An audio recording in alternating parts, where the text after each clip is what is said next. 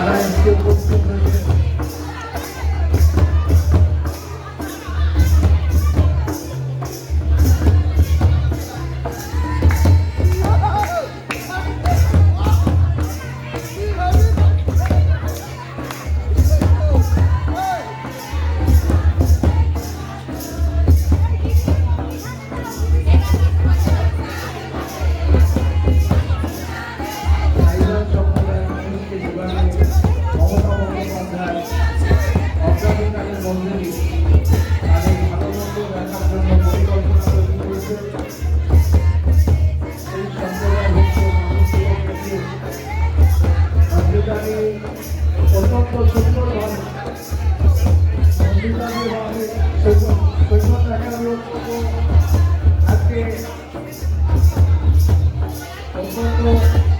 একটা সুন্দর পরিবেশ তৈরি হয়েছে এবং আমাদের দিদি নন্দিতাদি সাইলাম সম্প্রদায় যারা এসছেন, পাত্ররত অবস্থায় যারা এখানে সঙ্গীত পরিবেশন করছে, তাদের সাথে খুব সুন্দরভাবে আজকে পায়ে পা দিয়েছেন।